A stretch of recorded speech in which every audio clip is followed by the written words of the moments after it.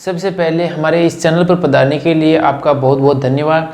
तो आज हम बोर्ड का एक अंक आपको देने जा रहे हैं। कक्षा 10 के बोर्ड परीक्षा में पूछे जाने वाला एक सवाल है, तो किस प्रकार से उस पर हम बाद में चर्चा करेंगे, लेकिन पहले आपको बताते हैं कि चैप्टर नंबर 3 आपकी प्रश्नावली 3 जो दो चरों वाले समीकरण युग्म यानी कि उसको समीकरण हल करने वाला ग्राफ वाली प्रश्नावली है तीसरी, उसमें से एक ये सारणी दी हुई है। अधिकतर बच्चे उसको पढ़ते ही नहीं है, लगभग 100 में से जब मान के चलिए 80% बच्चे उसको पढ़ते ही नहीं है।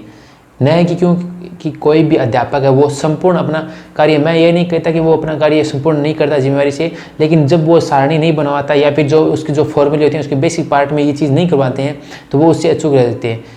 और अगर ये प्रश्नावली आपके तैयार कर ली तो आपके 1 नंबर वो कन्फर्म होगा। तो देखो आराम पढ़ता जाऊँगा एक थाने कहानी टाइप में। सबसे पहले हम एक कहानी के रूप में आपको ये याद करवाएंगे और आपको मैं गारंटी कहता हूँ 100% गारंटी है, 100% आपकी तैयार हो जाएगी जैसे जैसे मैं बताऊँगा वैसे वैसे। और ये सबसे ज़्यादा देखो क्या है, पहले नाम दे रखा है अनुपात, आपको नाम लिखना है अनुपात, फिर लिखना है ग्राफीय निरूपण, फिर लिखना है बीजगणितीय निरूपण। एकदम बढ़िया हिंदी के में मारवाड़ी टाइप में एक कहानी है, एक किसानी है, किसान परिवार से जुड़ी हुई है और उसी कहानी से हम हल करेंगे और पढ़ेंगे। देखो तो सबसे पहले अनुपात, तो सबसे पहले बात करेंगे तीन भाई थे ए बी और सी। कितना भैया? 3 भैया ए बी सी। और 8 लिख दूँ मैं पाने A1 बट्टा में A2 बराबर में B1 बट्टा में B2 बराबर में C1 बट्टा में C2। ए क्यों लिखा? पहली बात तो A1 B1 C1 आया खटाऊँ तो ऐसे दो समीकरण हुए जिया थाना मैं समीकरण लिख के बताऊँ वर्ते को कि समीकरण ले लो जी यहाँ 3x प्लस में y प्लस में 8 बराबर में 0। एक समीकरण आ देते, एक और दे देवे 4x प्लस में 5y माइनस में 3 बराबर में 0। इस प्रकार की आपको दो समीकरण दे दे तो उन समीकरणों में से जो पहली समीकरण दे रखी है उसकी नींव पर लिख दीजिए A1, x का गुणा का वो A1, y का गुणा यहाँ पे 1 है तो यहाँ पे 1 को ले लेंगे और ये क्या हो जाएगा B1। और ये जो सीधा अचर बन गया, सीधा जो अचर बन गया वो क्या है C है, तो ये इसे लिख देंगे C1। और इसके वाला नीचे वाले का A2, ये B2 और ये C2 आ गया। A1 B1 समीकरण आसान समझ में आ गया।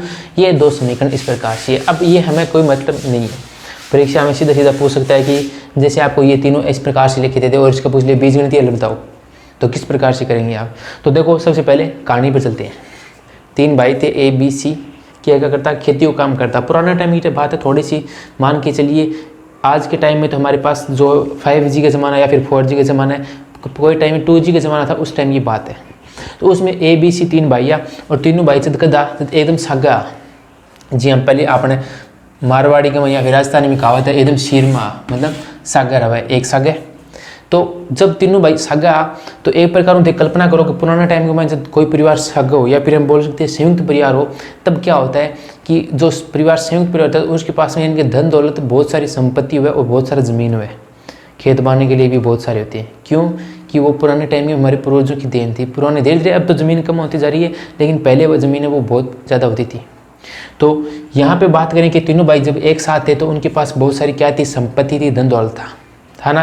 तो यहाँ पे लिख देते हैं बहुत सारी क्या थी? संपत्ति थी। तो याद रखें क्या? संपाति रेखा, संपाति आगे रेखाएं, अगर नाम लगाना रेखाएं, लेकिन बहुत सारी की संपत्ति कद जब तीनों भाई क्या एक सागा मतलब बराबर मतलब तीनों एक सागा। और अब था ये सोचो कि बहुत सारी संपत्ति के मन पान की खेती बाड़ी बहुत सारी क्या करता भाई? खेती बाड़ी करता। तो खेत बाण खातर पानी क्या चाहिए था? हल चाहिए था। और हल है वो जुताई के लिए बहुत ज़्यादा जरूरी होती है। तो उनके लिए क्या करता था? इनके पास बहुत सारी धन दौलत, तीनों भाई सागा तो पांगन किया अपरिमित रूप से अनेक सारी बहुत सारा हला। तो लिख देते हैं अनेक हल, अनेक हल, अनेक मतलब बहुत ही गिना चुना इन्हें भी पड़े रहता बहुत सारा। तो यहाँ पे लिख देता हूँ मैं अपरिमित रूप से, नाम और लिख देंगे अपरिमित रूप से, अपरिमित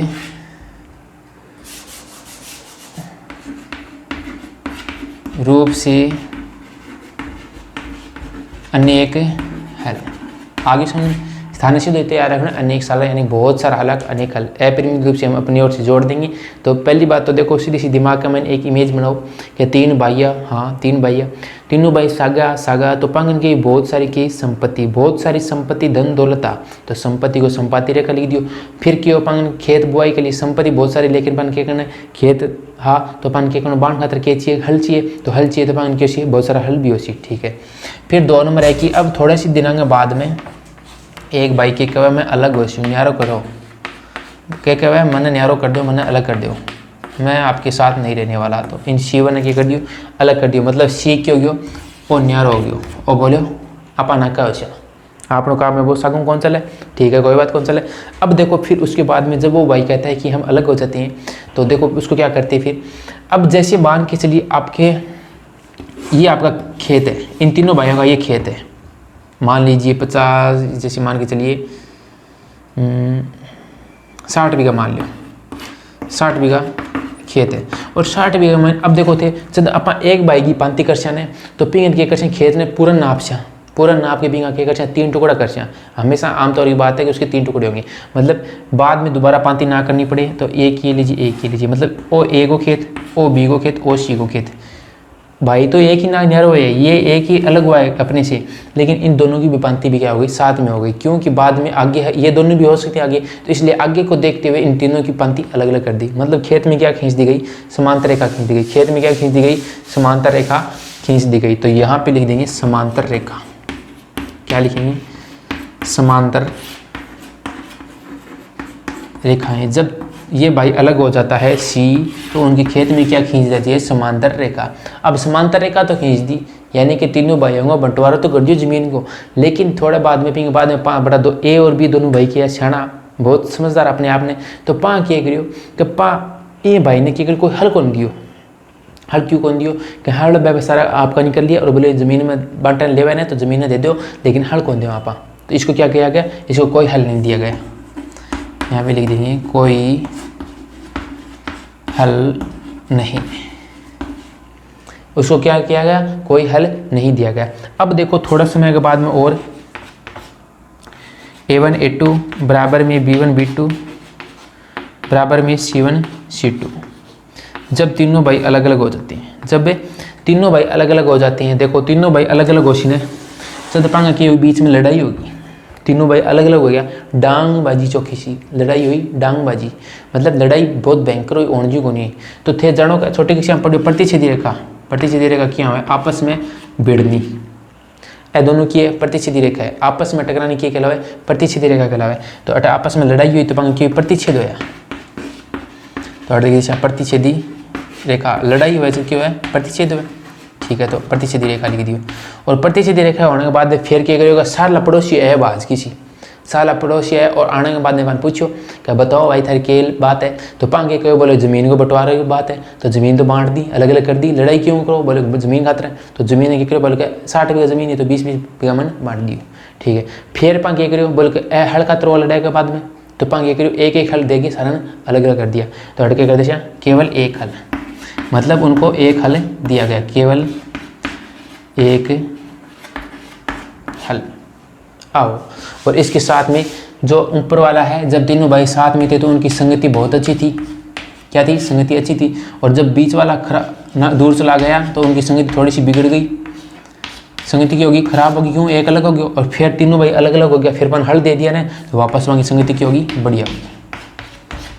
तो पहले तीनों भाई सागा की संगति बढ़िया आई, फिर बीच में वो एक न्यारा हो, इस बार संगति तीनों की अलग अलग होगी, मतलब दूसरे के भी ए और बी के बीच में भी होगी, बट यार अपन भी न्यारा हो, तो पांगे बीच में भी थोड़ी मतलब मेल जोल बढ़ गयो।